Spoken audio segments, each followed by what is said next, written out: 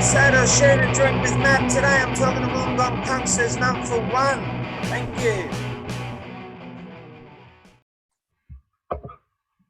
Hey! I can't believe it's you two, hey. That was so fucking embarrassing, mate. I thought I was talking to Rora's tongue the other night. We spoke for like 4 fucking hours. And then I get home and I send a message to Rora's tongue and I say, oh, that was a brilliant night. Thanks for the chat. And they said, oh, we couldn't get a babysitter. That's a good one. That's amazing. Yeah, it was funny. All right, let's start. Where'd the name come from? First of all. Where did it come from? It's a good question. I think we had a list of potential names and we kind of kept shortening it down to something that we're all happy with. And that was, I think we just decided on. Yeah. There was a few other contenders. It wasn't something that was, we had our heart set on, be thinking about for fucking years or anything. It just came about and it suits us. And yeah, it's a good 3-word punch. Yeah. Anything else to add, guys? No, that's pretty much it. Yeah. All right. This one goes for you guys, one at a time. What was playing on the stereo when you were growing up? What did Mum and Dad play that kind of Bon Jovi. So my mum was obsessed with Bon Jovi. My dad was obsessed with Gary Glitter. Mum liked Europe as well. I always remember they had the Final Countdown playing on their record player. And yeah, I think we all I used to love that song, like the guitar in it and everything and the synth. And then when they would leave the house, I would sneak upstairs to the record player and I'd try and find that album and then I'd find it and then I'd play DJ on it and scratch the shit out of it. So, but yeah, lots of like old school rock. Yeah, I bet.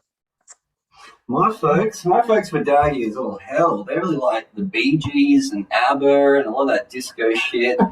And then some of that 90s pop, so like Savage Garden and Human Nature, and Ma liked the female singer-songwriter Delta Goodrem. Just terribly daggy, awful stuff. Like no introduction to rock and roll or nothing. So it's all something I've kind of gathered. They're awful musical influences. It's terrible. Yeah, I like heaps of 80s and 90s rock, I guess, like just like our ages. It's kind of like goes without saying.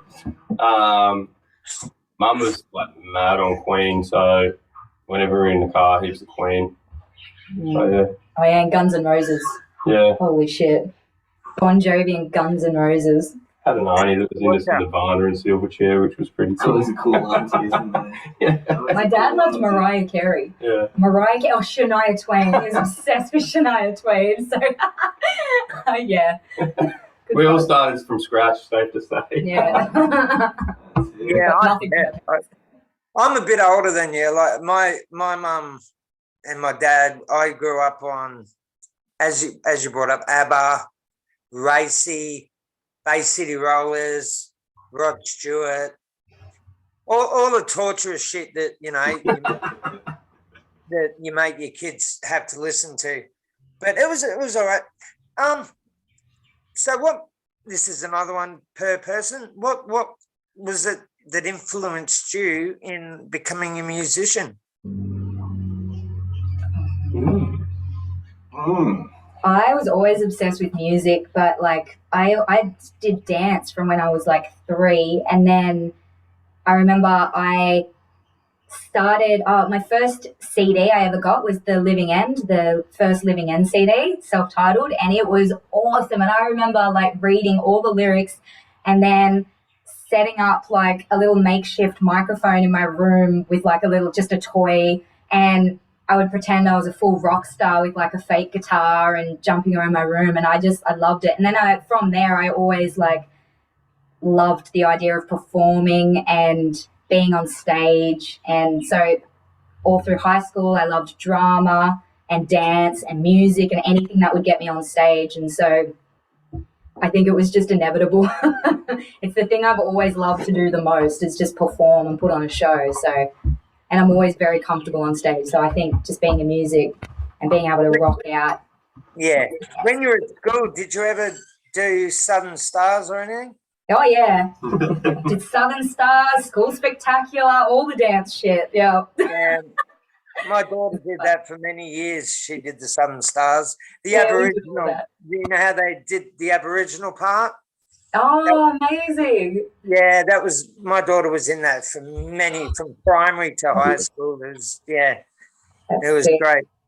So next, Gosh, I think I was always a really, really sporty kid. And I had a car accident when I was 12. I broke my back. So that kind of put me out of everything I liked. I did a lot of athletics, so it was really being the little A's and all that. And I kind of needed something to fill the time. So I had a mate who played the acoustic very casually and very terribly. I thought that was cool. And my folks bought me an acoustic. And I said, hey, if you get good enough, we'll buy an electric. And I got good enough, and they bought me an electric. Yeah, I think that was kind of the genesis of it. Yeah, it was just kind of just filling in, the gaps, I guess. And then, yeah, ever since then, I fucking hate sport and I love music. So, there you go. Anti-jock. Yeah, the anti-joke. Yeah, I like it. I was kind of a late starter, I guess. I don't know. I think in terms of playing music, like I was always interested in guitar, like always dabbled in it as a kid, but never really got right into it until I guess I was kind of like in my early 20s or sort of late teens around there. I saw Anti-Flag and I was like, they're so sick live, Yeah. like so much energy. And I was like, they're essentially just playing like chords that I can play. Yeah. Like, I was like, I think I'm going to start a band. Like, I can do that. yeah, I can totally like play those songs. So yeah. That's awesome. and that's funny to hear, because look, when I saw you guys, Kat, when I saw you guys with Radio Rejects and Ocean, I think it was I think it was Dices. Like, you've got a really big stage presence, man. You take over that whole fucking thing. That's the idea, man. That's the The other bands were great, and I love the other bands, man. But you guys were just fucking not pissing in your pocket. You guys are fucking fantastic, especially the drumming when you sat like facing that way and you were drumming like this. And I think, what the fuck are her legs doing at the moment? I didn't do that on purpose. That was a malfunction. That was my double. Yeah, I had to be lady. No, my double kick. The right pedal, the chain broke midway through the song.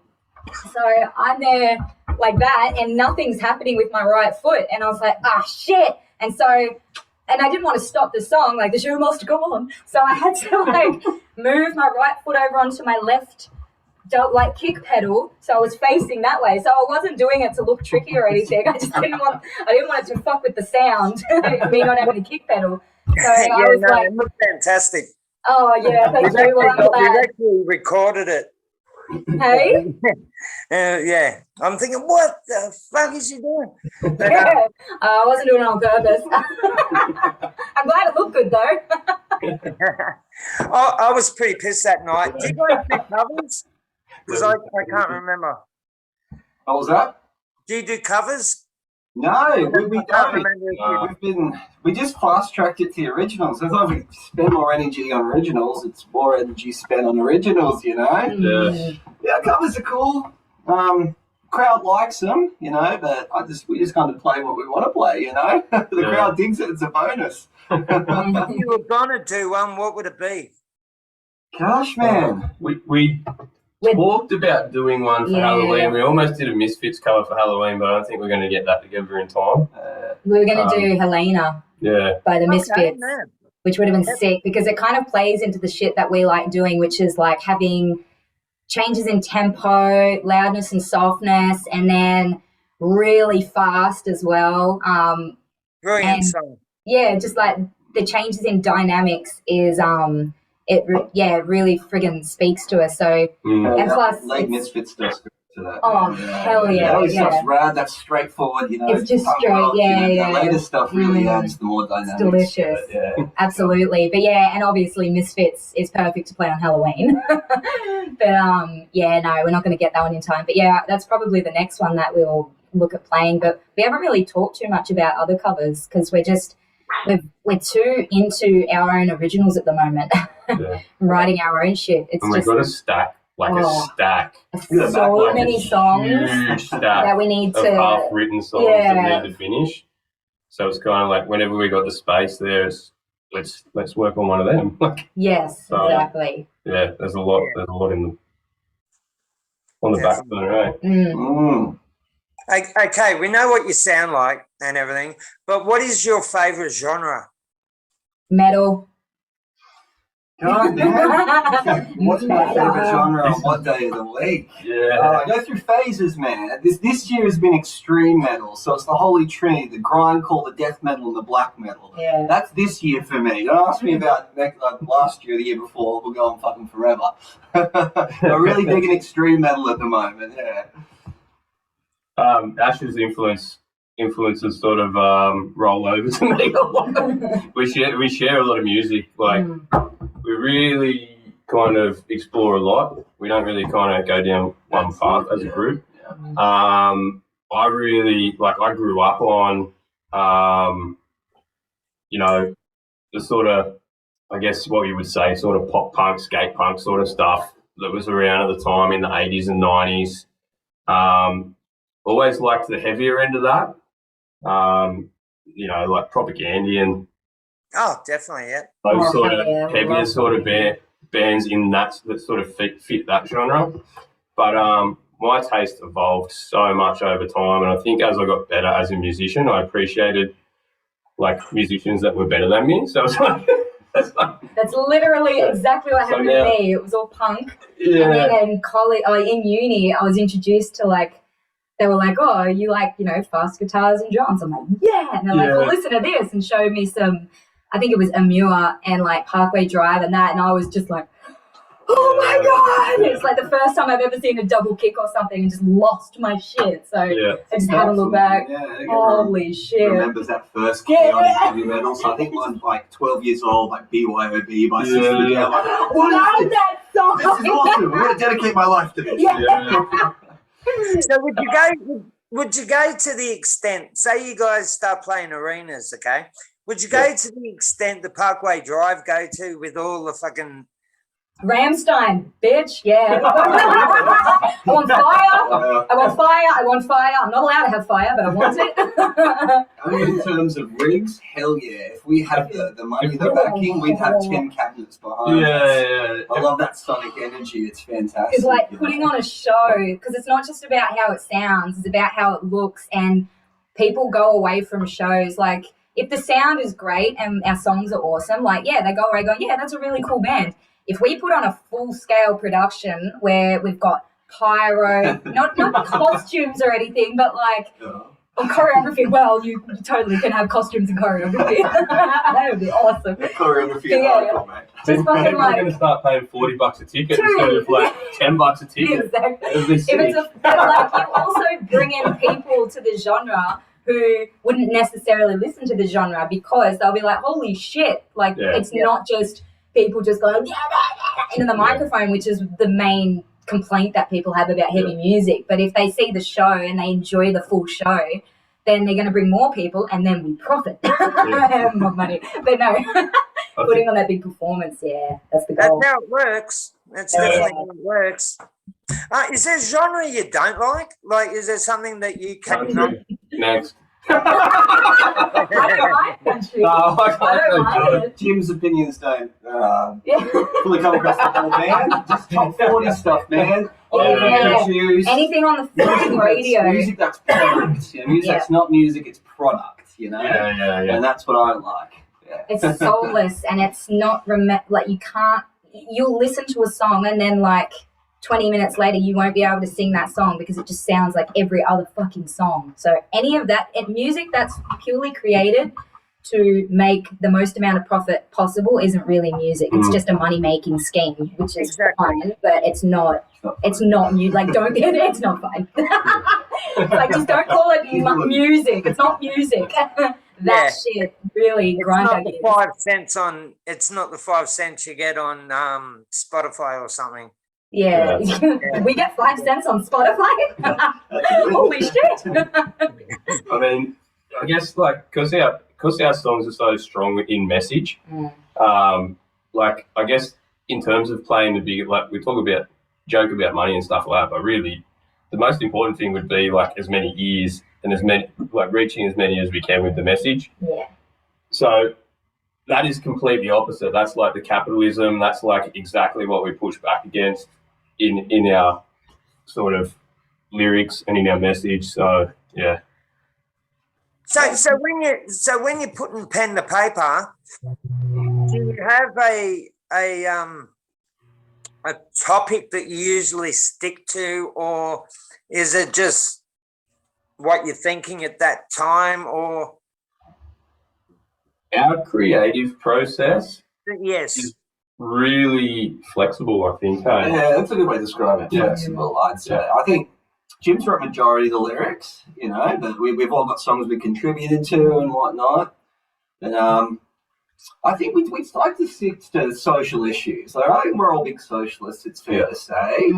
So things like, you know, Indigenous rights, you know, environmental activism, you know, gender equality, you know, that lefty shit. We like the lefty stuff. Literally. Yeah, anything that pisses us off in society, anything that upsets us enough, or we don't see enough of, or we see too much of, that's usually what drives the creative process for us to put shit down on paper. Like the one song that I wrote for the band, I wrote in like 20 minutes, and it was the day after I got into a huge online kind of argument with a bunch of misogynistic fuckwits from the Sydney musician band page. It was like the Sydney musician group page, and it was just a bunch of just males just fuck, I'm so angry. It just circle jerk. the shit they were saying, it was so back from the 60s and 70s, and then you have so many people sticking up for women and stuff, and not just women, just all genders. You have so many people sticking up for that side of things, but then you also I was so disappointed with the amount of people that were just so disgusting and rude and thought it was so funny, and think that, it drove me bonkers. And I remember like reaching out to these guys. I haven't written music, like I haven't written a song since I was like 17 years old. And I remember reaching out to these guys, and I was really, really upset. And I was like, this is fucked. And I remember like you guys jumped on the Facebook group as well. Jimmy's like, add me. So Jimmy went on there and was like, and started going back at them. Went to bat, but it was really nice. But then, I remember one of you said you should write it down in a song. I was like, yeah, that's a pretty good idea. So I picked up my guitar and I wrote it in like 20 minutes, and it just felt so good to get it out. Then I felt better about it. I'm like, well, I'm glad that happened now. Yeah, because like it's created this song, and even now it's the only song that I sing like the lead singer in our gig, in our set, and even now when I'm singing it, I still get super emotional every time I sing it. I can feel the anger and the emotions coming up, and like it all kind of culminates in that song and the big breakdown that we have, where I'm like literally putting my sticks through the fucking drums for like 32 bars. It's wonderful. Don't have a clue. Honestly, some people just don't have a clue, really. Nah. Yeah. Oh man, and there was so many of them. That's what pissed me off so much. But I think anytime we get shitty about anything that's happening in the world, that's a song. Fucking knows. We write it down, and then it feels better. Like for me, it just feels so much better because we're like, okay, yes, that shitty thing happened, but the pro of it is now we have this amazing song, and now we can like preach about it, or not preach. Jam it every week and vent it. Exactly, it's like therapy. And then we can also share it with other people. Say this shit's shitty. Yeah, this is shitty, and it shouldn't be happening. And people agree this is shitty, and it is shit. And they can vent on it as well. So but in terms of the writing, it's like. So that song was actually written on acoustic. just as like a acoustic song, and we just heavied it up a bit. Yeah, I literally just wrote chords and lyrics and melody and said, "Here you go. There's another Do what you must." Another song that me and Ash wrote in like literally 2 minutes. Yeah, it's one of my favourite songs to play. And it's one of the funnest songs to play. We wrote it in literally 2 minutes. Some of them just sitting comes there. out of your Is that eyes. Elijah? Some are really The best. That's one of my favourite songs too. Yeah. So and then others have come from a riff. Others have come from trying to write something around the lyrics. Like there's just no real set way. They're flexible. Yeah, definitely. We all have our part in lyrics and music and whatnot, and layouts of songs. So yeah, it's very good. It's equal. Yeah, there's some fuckwits. Best venue you've played at? We haven't played that many in this band. Yeah, we're a very new band. Yeah. In this band or ever? Ever. It's just the best venue you've ever played at. I could have just made it heaps easier for us. I like Dice Run. Yeah.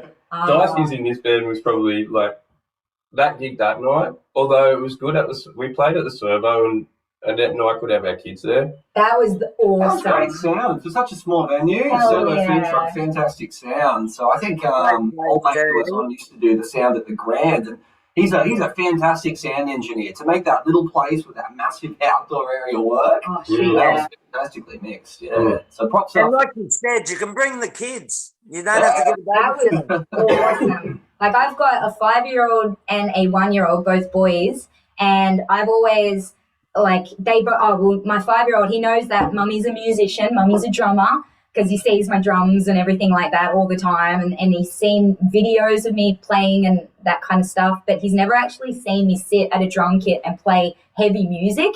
And so to have him there, he was in the front row laying on the ground with all the other kids, and I'm there.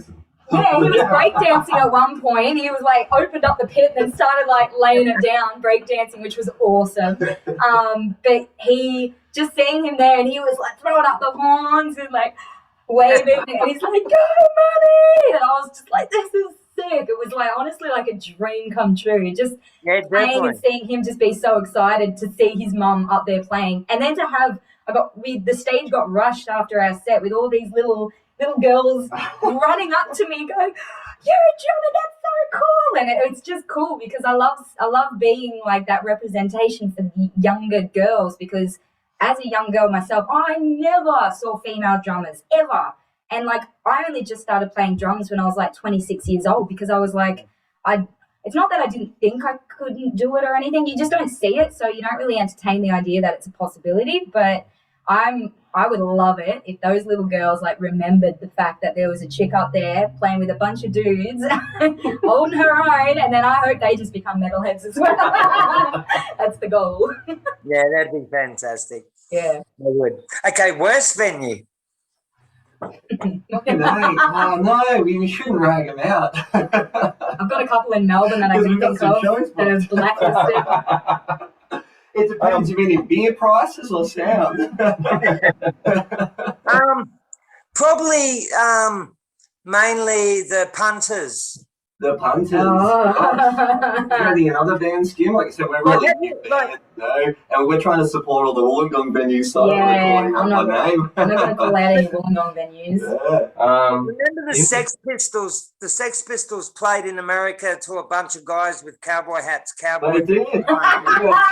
Texas. Have you had that situation? Have you been on a bill? You've gone out and there's been a bunch of fucking yobbos just there going, throwing their cans at you or something. Like, have you got any stories like that? I think we got Yobbo appeal. Yeah, the Yobbos love us. Yeah. We're Yobbos ourselves. That's it. We can talk to anyone. We appeal to all walks of life, you know. And I think they're not smart enough to decode our lyrics and realise gosh, I'm trying to think of past bands and whatnot that I can't think of any. We've had deserters like play to a fucking empty room. Oh yeah, all the time. Bands and whatnot. Play to like 4 people. But I love those gigs as well, because you still play the way you play to a full room, and they fucking so appreciate it. And they appreciate the shit out of it. It's so fun. So yeah, I don't even mind those ones. The only shit thing that I can think of with venues is like venues kind of in Melbourne charging the bands to play, and you end up not only not making any money, but you leave like they'll go, oh yeah, you can get like a percentage of the door, a percentage of the door, but and then you're like, oh yeah, okay, well we'll make like $50. And then because it's like on a Thursday night or something, and then we'll be like, all right, $50 between four, yeah, okay, that's shit, but that's normal. And then they'll say, oh, by the way, on the night you're paying for the sound engineer, and it's $230. Yeah, It's incredible. And then also you have to provide someone to sit on the door, or you have to pay us to have someone sit on the door, and you literally walk out of there fucking like $300 out of pocket. Yeah, I've heard And about so that. yeah, I we've think like it's the same venue too. yeah, we've like blacklisted venues. Oh, well, when I say we, I mean my old bands. But like, Yeah. I have personally blacklisted venues in my mind because I just don't think they're musician friendly. I get that venues need to make a buck and everything, but fucking hell, you're not going to make it out of our pockets. Like, Let's let's make it start start. musicians. And this is literally the one you're That's why talking they about. got a It's bar. just like music venue. Oh yeah, it's yeah, When I play That's there, how they make their money. Why as they well. have a bar? they have a bar and they don't give us any out of it. And Yeah, they charge $15 a bit too. yeah. And when you're a hardcore punk band, you bring drinkers with you. Majority of Exactly. effects Oh, are yeah. going to be pretty steady drinkers. Exactly. I'm actually gobsmacked. I've never heard that before. That a Yeah. Oh, band has it's to common. There's been a It's couple of common. places in Sydney over the years that have done the pay to play Yeah. thing too, like where you pay for the sound engineer, you pay for the door person, and then pay to use the space, and then whatever you get off the door's yours, sort of thing. But then they don't do any promotion for it or Yeah, anything. They no don't meet you promotion halfway, ever. so it's like, Yeah, and they make exactly. all bar Yeah, and don't have to pay a thing to have you there. sometimes. Yeah. I don't know. I'm a fuckwit, so I'd probably make it really fucking hard for that venue to ever get another band. Well, they are, it's funny. Yeah. Funny you say that because this venue is always the one posting on Melbourne Musicians page trying to get bands in for gigs. So I think a lot of bands have wised up and said, no, we're not playing there anymore. So Yeah. I would GG Allen. I would GG Allen the place. I would. yeah,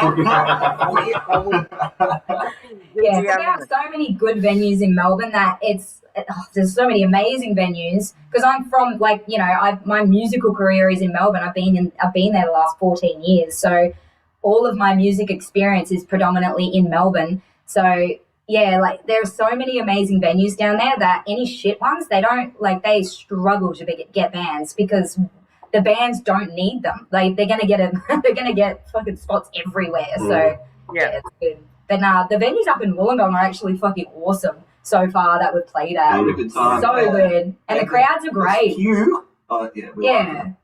But I think that's better as well because then that actually makes them, the crowds are bigger. Yeah. If there's too many venues, there's too many places for all the punches to go. Especially with And the Oh, popular. definitely. makes like, it sparse as fuck. yeah. I started getting into the punk scene in '83, and I was going in Sydney, and it wasn't an argument between your friends of what are we going to do tonight. It was an argument of who are we going to see because you've got like 13, 14 venues that have got fucking That's amazing. mad Yeah. bands playing, Yeah. and it's like who do I go? Yeah, ain't like that anymore, man. The weekend you choice maybe 2 shows, if one, if any, sort of thing. Mm. Yeah, it's different, but I like the heavy scene in Wollongong. All kind of, because there's not that many bands, you don't distinctly have a punk rock scene or a hardcore scene, Yeah.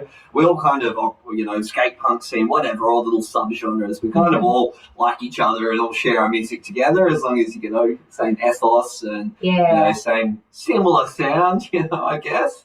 So that's the good thing about Wollongong, I think. Mm. Yeah, definitely. As small What it did you is, think of Gossica? good collective. Pardon?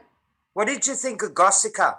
Because I'm not a metal fan. I fucking died. I love Gossica. I bought a shirt. They brought it to me the next day. I've liked them on everything. I tried. They don't even have music released yet. They're so fucking new. I'm obsessed with them. They were That's not the wonderful. music that I'm into, and I could not take my fucking eyes and ears. Yeah. Unbelievable. Man. I'm such a fucking fan. Like, legit. Everything about everything they did Yeah. was wonderful. I don't think there was a lot of death metal fans there that night, but everyone got into it. Everyone loved it, eh? Yeah. It was Definitely, sick. definitely. Like Proper musicians, proper performers. It was brilliant to watch. I grabbed him as soon as they got off the stage, and I've got an interview with him in 2 Of weeks. course you did. Hell yeah. It's going to be fucking magic, man. Yeah, because nail that down. They're doing big things. I Oh, reckon. God, they're going to Yeah. go so fucking far. Yeah. Oh, man. And they're really nice the blokes lead as well. guitarist was just fucking wailing it, man. He was. Yeah. Their drummer made me want to quit drumming. Like, it's like, well, why do I even bother when that is going around? Like, what the fuck? He was insane. Oh, my Yeah. God. That's what I've said Getting about the sweaty. guitarist too. Yeah. It's like, made me want to quit music. Oh, seriously. Yeah, they were brilliant. Yeah. Fucking They epic. were, The young dudes. like, Yeah, oh my God. and not just the way that they played their instruments and the songs that they wrote, all of that was insane, but also their performance stage aspect, presence. the fucking choreography, just headbanging at the same time, like shit like that. I've seen that many fucking metal bands that are really high caliber, and I don't remember seeing a band do that since No. Ensiferum, which I saw at fucking a massive show in Melbourne, and it was the same kind of vibe. You could have put them next to Ensiferum and you wouldn't have been known who was the international fucking metal band. It was Cirque. Yeah, Yeah. I love them. They were great. Love They them. were great. Okay, you've got the opportunity to put on a 5-band show. Who would be the 5 bands that you'd pick for that gig? In the world? In the world of locals, or Dead or alive? Dead or alive? it's free world. Jesus, man. You give us a few minutes. All right, let's just pick one each. Hang on, if we were super polished and like top of our game, Yeah. because I would never want to put us up against some of my favorite bands. Holy shit. As long as I'm going first, I don't want to follow any of them. You're insecure in hypotheticals. Yeah. Just in case this happens, I'm not following. Oh my God. Okay, you go first. 5-man bill. You go first. Okay. I've got a lot there. Dead Kennedys Sure. with Jello. Yeah, no Kennedys without Jello. Dead Kennedys with Jello Biafra. Mm, I've got one. yeah, Iron Maiden. yeah, It's gonna be a weird bill. It's gonna be Yeah, so weird. yeah. Holy shit. Hey? I'd seen both of those acts. Yes, hell yeah, hell yeah. That's the dream. Sorry, he's spoken word Jellos, the Tandra. Yeah, fantastic. He's a brilliant intellectual, fantastic man. If you ever come across his spoken word stuff on CD or cassette or whatever, pick it up. Yeah, the guy's amazing. That's sick. Yeah, I'll stop the tangent there because we could probably go on. All right, you, Jim. Same. It's really, really tough for me. I've seen a lot of really, really good bands. And then there's ones that I haven't seen. Of all time, it would be sick to play with Nirvana.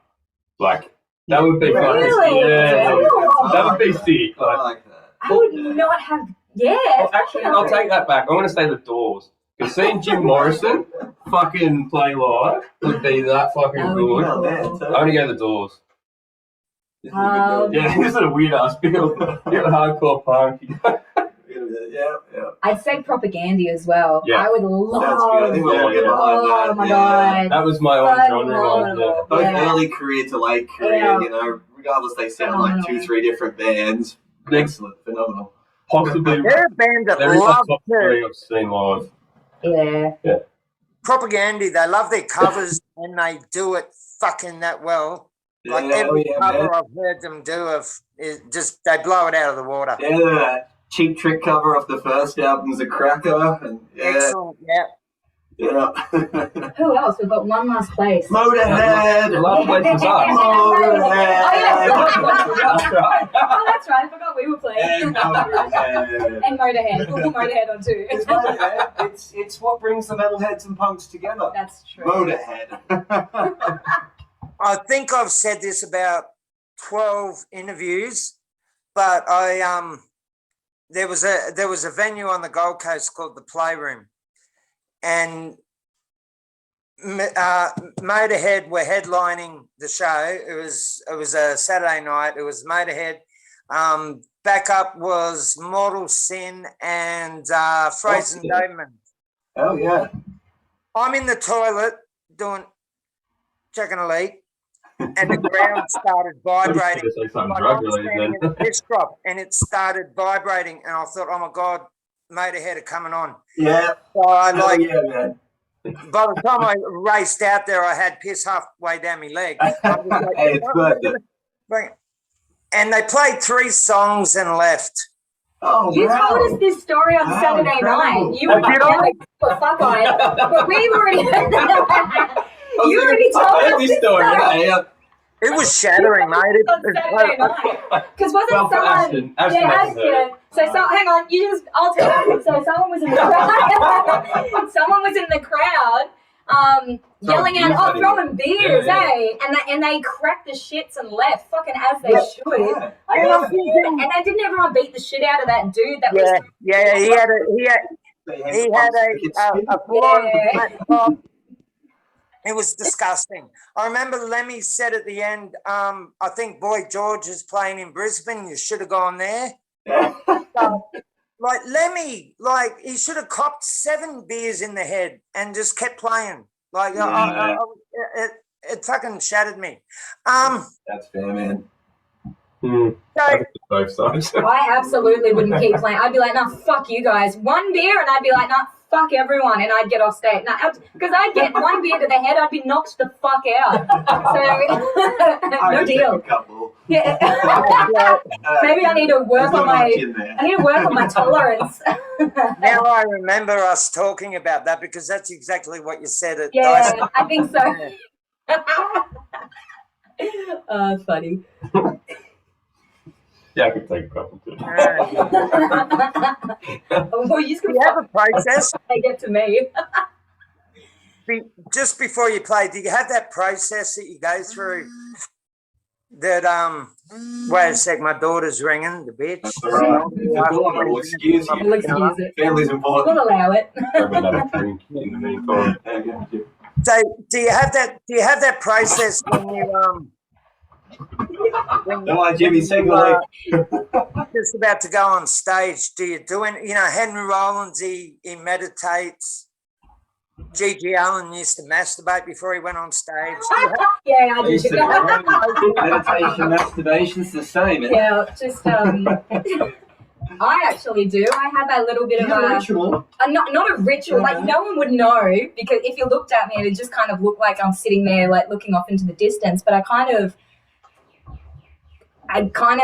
get in. I become like a different person when I go on stage. It's like a performance thing. I like turn on a fucking switch, and that's why I wear a lot of like, war paint before I get on stage. I wear like my face makeup and stuff because I feel like the person who I am on stage, like I pull a lot of weird facials and I kind of become very animalistic on stage while I'm playing the drums, just because it makes it so much more, for me, it's so much more enjoyable because I really get into the music a lot more when I'm not worried about, "Ooh, am I looking pretty?" or "Do I look like a girl?" It's like, no, I'm like, like pulling faces, and then I feel it a lot more. I play a lot harder, and I think people resonate with that a lot more as well. And so before I go on stage, I kind of have this like time to myself where it's almost like I'm self-pumping. It's like I'm pumping myself up, and I'm not wanking. I'm just Pumping yourself up. pumping myself off.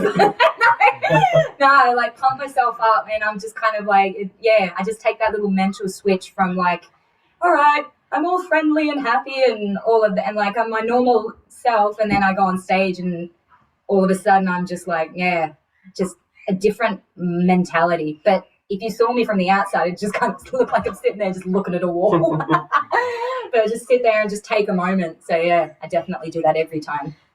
In my old band, I used to do a nervous poo. Nervous poo. Yeah. Yeah. I'm all Nervous for poo, yeah. I used to do one leading up to the The gig. brain's connected to your bowels. Yeah. But I haven't done that in this band. I feel. It's because we practice so hard that you probably don't feel nerves. Yeah, I don't feel as nervous. Yeah, 'cause I get nervous when I'm not prepared. Yeah. When I play, and then I feel pressure. One And thing, then one thing I've thought about doing it's funny that you say that you like psych yourself up. Yeah. I go too hard. Like I always die by the end of a set. Like so, I'm like maybe I need to rein it in before I go on. So I sort of like, meditate. that's what I was thinking. Maybe I need to meditate for a couple of minutes or so. Calm yourself down. So I kind of peak halfway instead of peaking in the first few songs and then like slowly fading and like, am I going to make it? Am I going to make it? That's so funny. Yeah. So. What do I do? You sink some beers. I sing some beers, You do. I smoke a little of that. Yeah. I don't know, listen to whatever sound engineer's playing. They usually, play a little bit of Black Flag or some shit before we play or something. Have a little bop around, wait for the sound check. Just loosen up, man. Yeah. I just like to come on loose, let it go from there. But yeah, I get a lot of, like Jim said, nerves too. There's always that element of anxiety, And as you get older and you get to know yourself, you learn to deal with it a bit better and whatnot, and you notice your cues. And, you don't shit your pants. Yeah, that's it. There's no pants shitting you. You land in the bowl. You get that timing right, and it's in the bowl. I remember old boy back in Canberra, No Assumption, shout out to Sketch Method, doing amazing things at the moment. But I used to puke before I played, like a lot, like 90% of the time.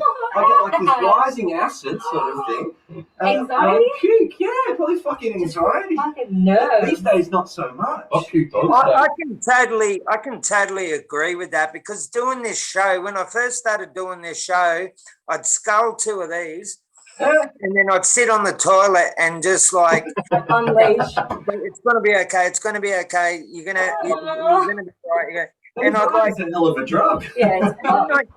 and then I won't smoke pot before I do the interviews, because I know that it's going to be a train wreck.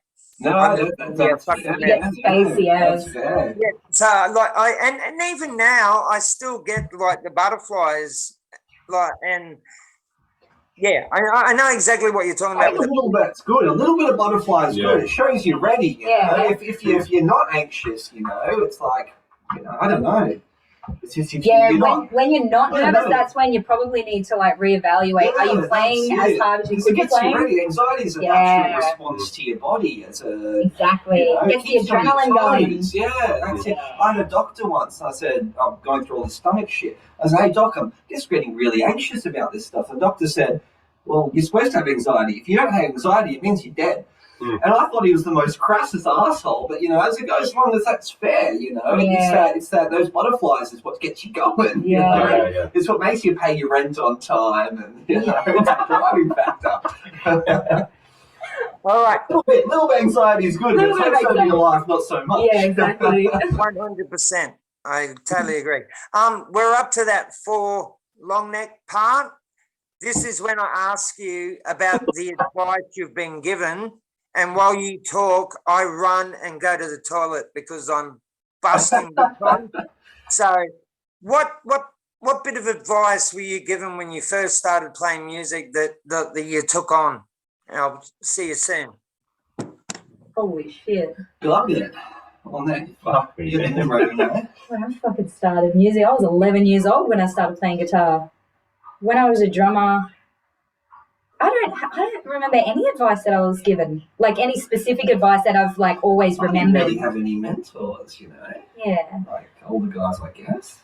I had my drum teacher. I could give advice. See, my drum teacher's probably going to kill me if she's watching this at the moment. Hi, Tan. I'm sorry. I do remember everything you taught me. They made me start double kick. I'm sorry. No, I'm not sorry at all. I love it. Yeah, faster.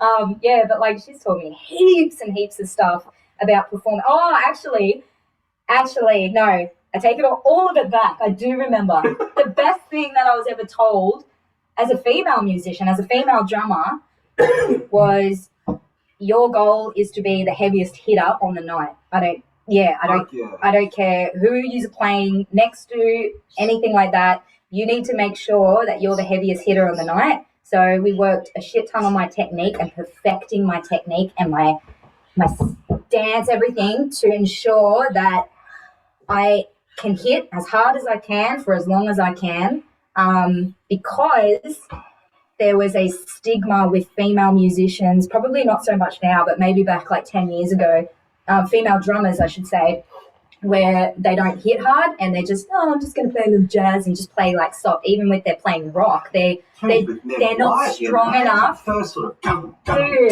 they're not strong enough to like, exactly. So that was like the biggest thing, and that has really stuck with me. Every time I play a gig, I always come away with blood all over my knuckles and shit because I get so into it and I just smash and I end up fucking hitting the rims of my snare, and so I just try and play as hard as I fucking can to do it for all of the women that have ever been told they shouldn't be a drummer because they don't hit as hard as guys. So going on that stigma thing. Oh, here we go. My daughter's ringing again. We just keep talking amongst look ourselves. at you. Going on that stigma thing, like when I was, 10 years into the punk scene and all that sort of shit, there was a big thing that, like, there was no clit in the pit. You know what I mean? Like, you'd never see a woman at the front of the stage, kind of thing. It was, and especially here, I'm lost. Wait a sec, I'm coming back. You come back. I'm lost and gone. Where you going, Natty? He's gone. No clit in the pit. I No. can't just. Oh my days. Oh my days. Oh my. I don't go in the fucking pit because I'm 5 foot nothing. I'm 5'4" and I will get kneed in the face. I have been in the pit. I have been in the pit many times, and I've been jumped on top of when people jump on stage and then jump frog splash into the crowd. Everyone parts, and it's just me standing there going, "Oh shit, someone's there!" And I get fucking kneed in the face. So that's why I don't get the pit. 30 kilo dude jumping on the stage. Literally. So that's why I don't get the pit. It's less gender and more just what's your weight, Dude, and also get hurt because I don't get in the pit mostly because I can't fucking see the stage because everyone's taller than me. So I like going back behind the pit, up a little bit, like step if I can, so I can fucking see stuff. Bar table or something. Hey? Bar table or something. Literally. I can go sit on the table. So I think it's less that girls don't want to get in the pit because they don't like the music. It's more that girls don't want to get in the pit because they don't want to get knocked the fuck out. And also, we're usually shorter than a lot of the blokes in the pit, so we can't see the band. I like standing back so I can see the production. Proper pitting is very sadomasochistic. You're there to get hurt. That's a given. You're there to get hurt and hurt people. Yes. So that's a very sado sort of masochistic, masculine sort of idea, I guess. I think that's the whole that stems from, I've been in a lot of good pits, though. It depends what music, what bands you're seeing as well, too. Depends on genre. I've been in so many where it's like, there is no like gender specific sort of vibe. Have you ever been to an anti-flag? Totally different. If someone falls down, pick them up. That's it. That's the vibe. That's like Pennywise. Yeah. Pennywise is exactly the same thing. If someone falls down, you pick them up. Have fun, jump around, do that, but don't fuck cunts up. I reckon it's 100% the genre. Yeah. When you get in, you get to bands like Terror and Hatebreed and stuff, and that's when that pit has that more masculine. I hate to use that word, The wall of death. It's kind of a beat down for a reason. Yeah. It's isn't that the wall of death? Like Hatebreed and all that, they do that fucking. Oh yeah, I think Hatebreed, Lamb of God are into it as well. I think it's just one way of crowd control, sort of thing. It's just imagine having that power, fucking like you can't split up in two, a few thousand people inside, ram into each other and fucking kill each other. It's beautiful. I love it. That's the goal. Woodstock 99. Talking about falling down in the pit and getting picked up, like that's been the way since. Well, that's it. That's respect, man. Yeah. That's been something that. Meat bags. But you get dickheads like Blonde Flat Top that threw bottles at Lemmy. You know, you get that are in the pit and they see someone on the ground and they just step on their face. Like I So remember, you're guys in it purely Yeah. just to land something on you. Yeah. You're not there for the music, they're for the violence, you know. Yeah. I like violence as much as the next person, you know. But it's got to be good, friendly, respectful violence, you know. no, I totally agree. I totally fucking agree. And I Like, would hate to see that if I'm on stage and I looked out and I saw fuckwits like that, because I've had my fair share of fuckwits in the audience, especially yelling shit out to me.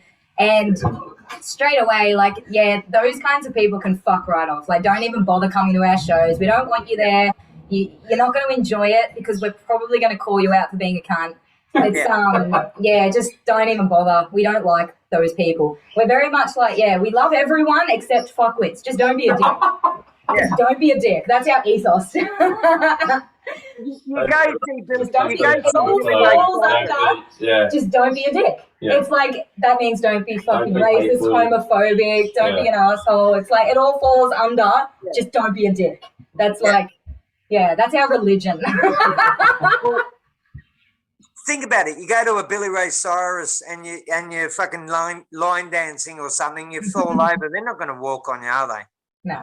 They're going to help you straight up. And you know, it's the same mentality that I think has been for a long time in the punk scene, where you fall down, you get picked up. Yeah. Straight away. Yeah. Yeah. And I think unless you're with the guy that throws bottles and has a blonde flat top, that, you know, that's not going to happen. But God, guys, I'm running out of questions. My favourite colour is purple. Is it really? Yeah, I like Oh, there you go. Mine's green, if you can't already tell. my toilet trip, I had to ask, because when I do my toilet trip, I was interviewing the Leftards months ago, and They're I did my awesome. toilet trip, and Ronnie got up and did a brown eye.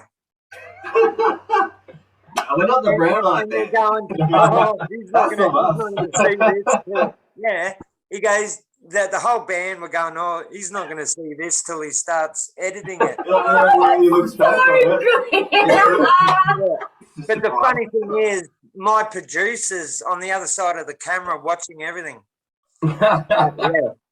And I usually, Well, we didn't fucking do anything like that because I'm telling you right now, if any of these guys got their assholes out in my house, I would kick them as hard as I could. You can do that in my house. Yeah, No, we're that's in not. Ash's house. That's like, it's welcome, but not in my house. Keep your ass, just keep your goods away. I don't want to see any of it. So yeah.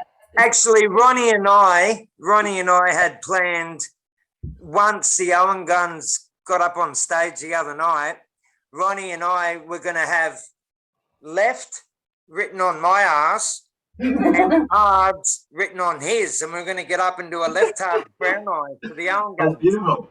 That's But we great. couldn't- I wouldn't have expected anything less from something in their It's set the because they were revenge wonderful. for The and revenge. this was going to be when the Owen Guns were playing, so it was all for Sean. And then Right. he lost the magic marker, so we weren't able to do it, Or which was someone heard your plan and stole it. At that point on a Saturday night, but you'd be worried about, like, did I get up on the right side? That's what, Just go, exactly what it goes. Imagine if we did the hard lefts. Which one was I again? Dude. Dude. What is my face? Dude, sweet. That's Cards. it. What is my face? Left. Oh my god, amazing. Yeah, it was something we planned for over a month, and it just fucking. Well, we're playing with the left hards again really soon, so it's always a possibility. Yeah. With the VBs out of Sorry. Yeah, but we don't have enough cheeks to write none for one. NF1 and 3 R's. No, I'm not getting my arse out. But There's a that's lot of before. O's in Not there. getting my arse There's a lot of O's. It works really well. You can have a lot of brown eyes in there. Oh God, he had a wrinkled bum too. He had like a 50-year-old ass. I swear to God. No, we're not doing that. Put my foot down. There's a lot I'll do. That's not one of them. I played blue one. Did you really? The Chili Willy. Yeah. Stuck on the cock. No, it was for Halloween. It was warm. Mm. It was a good time of year. Yeah. That's awesome. Man. How drunk were you? Did you have to get really I drunk? wasn't heaps drunk. I was in a costume already. Oh, okay. Yeah. And what? And you just took it off? I was encouraged. Yeah, I'm sure. Sure, they really twisted your arm. No, it was a charity thing, and they put money in the tin. Well, bad. Bullshit. Charity, it's all It's good. for charity. Cocks out for charity. That's it. That's it. Yeah. I remember So the old drummer got the whole salad bowl. So you're lucky that those days talking were to there. brown eyes. Oh my god, especially with your wireless, you'd be like high kicking all over the shop. They'd be like, oh my god, no. No. The first brown eye I ever saw, I was 8 years old, and it was family fun day at Circular Quay. Yeah. This And is there what was you're supposed to be a telling little your therapist, isn't it? There was a raft out on the harbour, Oh, yeah. and there was the Ted Murray gang, John Paul Young, and Bon Scott's AC/DC. Yeah, fantastic. And they were playing on a raft out in the harbour. So Tom Paul Young with Bon Yeah. Scott. yeah, I was only 8 years old. I didn't know who the fuck they were. Excellent. My dad was an alcoholic and my mum loved music, so we went to a lot of musical things when I was a kid. Yeah. And it's always stuck in my head that at the end of the AC/DC gig, Angus turned around and did a brown eye. And that was the first brown eye I'd ever seen in my whole entire life. And it was like, to my 8-year-old brain, it was like, what the? Oh, there's a black hole. Oh my god. Yeah, these degenerates. That would imprint in And my I brain tried to too. Google it. I Fucking tried to God. Google that concert, and I've never been able to find it. Oh, lost, man. Yeah. Wow. It's sad, you know. Christ on a bike. I think I would be fucking scarred if I saw a butthole when I was 8. Especially on stage. You just don't expect it when you're there with your parents. The human body. What's this? The second we're talking about? Yeah, this is true. Yeah. It's circular key. Guess it depends on the butthole. There's certain buttholes that are acceptable. Yeah. Wow. I was 8, so Angus was pretty young himself, and he's small anyway, so it was probably just this real little butthole. Look, I don't know if It was like a smut. We don't- With a brown smut. I don't want to know what it's like. I don't care. You just keep that information to yourself. Do you want to know what the butthole's like? All right. Ash needs it fully described. No, that's all right. High amounts of detail. Good little imagination. Nothing was written on it. You should have written something on it. Oh, Mm. Paul Young or something, I don't know. Love is in the air. So what are amazing. you guys all about anyway? What What are we all about? Can we sum ourselves up in a paragraph? What are we all about? No. I want a 1,000-word essay. We're about heavy music and social issues. Yeah. That's a good starting point. We've all been in bands before. We all lead pretty busy lives, so it's really a good break from our lives as well. Yeah. You know, it's all very Therapy. cathartic for us. Very, yeah, it Yeah. literally is therapy. That's it. So, yeah.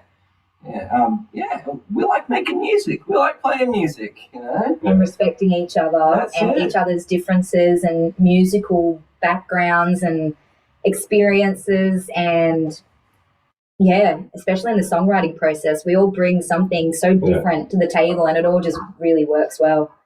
I think that's the cool thing, is that we all bring something different, and that can go one or two ways depending on, especially in bands when there can be heaps of egos and stuff like that, where you can kind of clash on your differences, but having that respect of each other's differences and going, very well, egoless band. yeah, very egoless band. So it's, Very much. whoa, you have those strengths and you have those strengths, and I have these strengths and influences. Exactly. How can we like bring all our stuff? Yeah. Same with weaknesses as well. Exactly. Yeah. So we all fit in. I think we're a good little jigsaw puzzle that comes Yeah. together. You know? Yeah. It's good. Very, very different backgrounds, but very, very similar experiences in different ways too, where we kind of we come come together. Of it. Yeah, totally. And it just helps when you all have the same political views. Fucking oath. We're just, it just works for us. Yeah, it's good fun. And we can give each other shit, and no one gets oversensitive or anything like that. It's just like, as we can exactly. We like to take the pisses. Yeah, we give each other shit, but we're also like very honest with each other about things that, if something doesn't sound well, like we all tell each other, we're like, let's do something different. And I think that is just great. It's really nice. Feedback's bad feedback, isn't it? Yeah, it's nice to be able to be so open and. Yeah, because I think that really gets the musical juices really flowing. And that's when you create your best shit. If you're feeling like you're blocked and, if you're feeling those blocks, you can't really be as vulnerable as you need to be with what you want to bring to the table. Like I can't say, hey, I've got this brand new beat that I've been doing, I've been working on, I'm not very good at it yet, but here's what I've got. And if I brought that to the table and they're just like, oh, my God. Like then I wouldn't do that next time. But personally for me, everything that I've brought to the table, even if it's not even close to being polished, these dudes are like so fucking stoked about it, and they're just like, that's sick, and then they do their own shit, and we like all just, and it just all of a sudden becomes a song. How can we make exactly? So we've got some really, we work really well together in a band environment, and as good mates as well. Like we talk so much shit all day, every day on WhatsApp. Like I had to give them our group chats. I had to lay down a rule.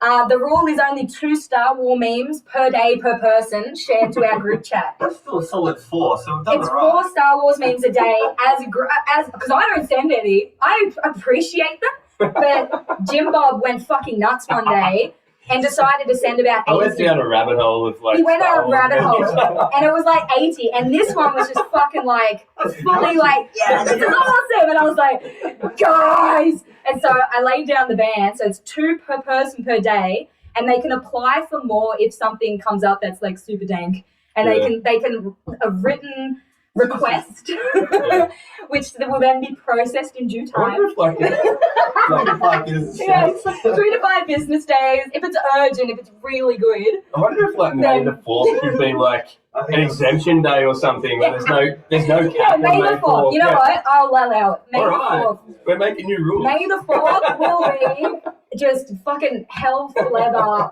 Star Wars memes all day, every day. But so we have this really good like banter. A lot of we have the exact same sense of humor actually, so it works really well, and it's good fun. This is pretty much what we do most of our band sessions. We just fucking chat shit. A lot more than playing on instruments. I'm supposed to go. Hang on. Yeah, it's good fun. Yeah. What? I have to close the door. Why? My family just got home. So, and you'll be inundated with children running in the door going, what's happening? And it's like, no. I usually have the same thing, but my son's in Wollongong at a skate park. My daughter's with my other daughter staying there because she's got to be there, bitch. And my other daughters are the friends, and I've got 5 adults.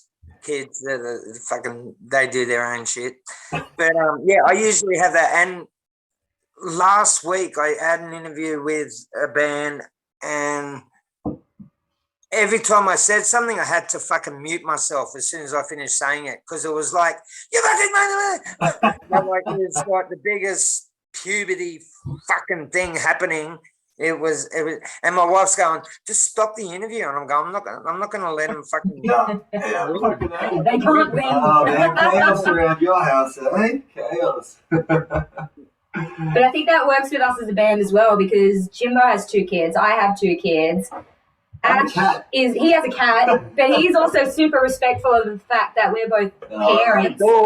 I like that. It's happening. But like, yeah, so Ash is really respectful of that shit as well, because obviously, like, the I'm bands. a shift worker. Yeah, as well. And he's a shift worker, he works his ass off. So we're all pretty busy people. Yeah. So like I said before, you know, when we come together a band, it's really important to us. yeah, Because it's we need that you know, time. you book 3 hour rehearsal space once a week. Yeah. You know, we talk and we chat, we talk about our weeks, we Yeah. write music, we play music, you know, we plan for upcoming gigs, and it's really important. So not only does it serve as kind of a hobby, it serves as a social life as well. 100%. So Yeah. we really do appreciate each other and the music we share and play and whatnot. So Fuck yeah. And it's just a bonus that we don't sound shit when we play together. that's it, it's a bonus for sharing. People like We probably, yourself like us. we probably still do this if we sound a shit house, but we're not too shabby. So it works It's a well. bonus. We like the shit we do, so it's good. Excellent. Excellent. So we're getting to the end. We're getting to the end.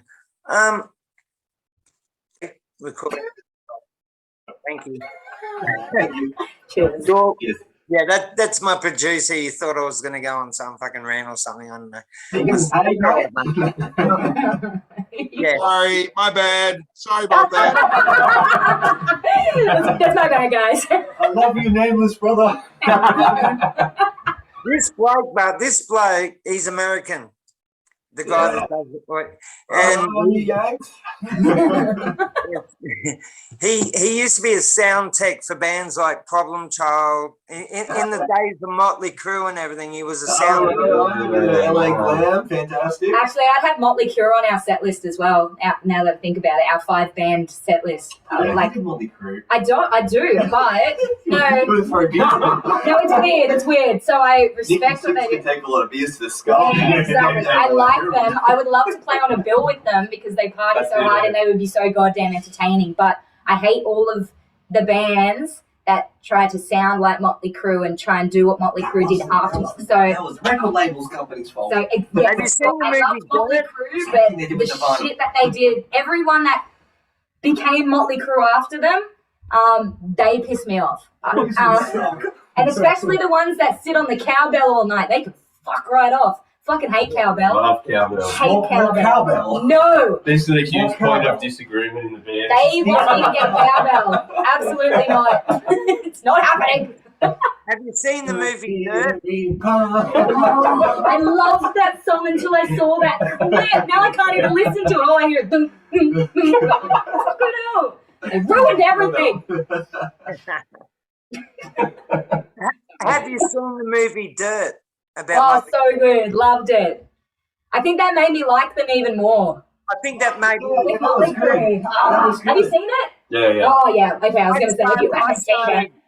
I started checking out Machine Gun Kelly after that movie because he plays Tommy Lee. Yeah, does too. Now you mentioned it. he does. Hell yeah. He does it really well. That whole Ozzy Osbourne snorting ant story that they mixed up. They've mixed up like 2 Ozzy stories with a couple Motley Crue stories and kind of made that bit in the movie. Really? It's not factual at all, but it's kind of based on what Ozzy did. Yeah, you know? right. That's a great movie. Yeah, no, it is a good movie. I enjoyed it. Same. I started So- watching it, my kids were home, and I'm like, whoop, oh, shit. And I quickly turned it off and went There's a into lot it. of Like, titties and yeah. My 5-year-old boy, I'm like, oh, quick, leave the room. So I had to watch something else. Yeah. I'm Left. like that. But my kids just watch. Unfortunately, my kids are into fucking hip hop, but they're really bad hip hop. For 90s, it's okay. But Yeah. You know, like the bit, my bitch and fucking snort some coke and do all that sort of shit. That's the kind of shit they listen to, and one of my questions, and you kind of answered before, Annette, was would you let your kids listen to your music? Hell yeah. Hell yeah. Hell yeah. Hell yeah. We got worse. We've got us some few F's, and I don't even think we have a C in there. No, we don't. We have So a couple of F's, but like, We have one F. we I do. counted them the other Really? day. One, yeah. just Oh, yeah, in my song. Good lord. Yeah, I sing it. Oh, no, the new song has an F. Ah, see, I sing an Yeah, F. that has an F. I yeah. think we get I've got behind all one, the yeah. issues we talk about, you know. Oh, hell yeah. We're not the crass sort of, It's You not. know, What's the like- poo grindcore? Gore Gore grind. grind. But not gore grind. I wouldn't let my kid listen to gore grind. Ash introduced me to that not long ago, where there was like a grind. What is it? Gore grind. Gore grind. Gore grind. And they were obsessed with poo and blood. Poo and blood. It cracked me up. But yeah. Unfortunately. Yeah, so we don't sing about poo or anything like that. But yeah, I would 100% let my kids listen to it. Our kids listen to metal as it is now. Like Yeah. my 1-year-old, when I take my 5-year-old, when I take him to daycare of the morning, I'm like blasting Lamb of God or something. Or even before I put the radio on, my 5-year-old's like, "Mummy, can we put on some rock music?" I was like, "Yeah." And so I put some Lamb of God on or something, and then I look in the rear view of my 1-year-old sitting in his seat, just going, and I was just like, That's excellent. We My have an 13-year-old. ongoing thing with my 6-month-old, and yeah, what heavy genre puts him to sleep tonight. yeah, He's into metal. He's like, yeah, he's pick something heavy. into extreme metal. Like yeah. my other kid's into like more sort of mainstream, you know, like Parkway Drive. He likes Comeback Kid, like Bit more the metalcore. more mainstream hardcore, I guess, what you would say. Yeah, But yeah, the little one is like extreme. The heavier, the better. that's so good. Pit Grind, squeals. power violence, like, you know, yeah. loves it all. Yeah. 6-month-year-old. And he Yeah. sends us videos of it like calming his son down. Yeah, It's so it puts good. him to sleep. Yeah, it's wonderful. So we get really proud of that. But yeah, with our songs, I would 100% let our kids listen to our shit. But we get behind our issues, you know. This is Yeah, stuff we agree we with. really believe it, Like so- I said, we're not My involved. 13-year-old daughter is a big Dropkick Murphy fan. She loves Oh, I love Dropkick Murphy. I like the Kelsey. I don't think Jimmy likes the folk so much. But yeah. I it. do. Like, we're I'm a driving big in the folk fan. car and she'll go, "I lost my fucking leg."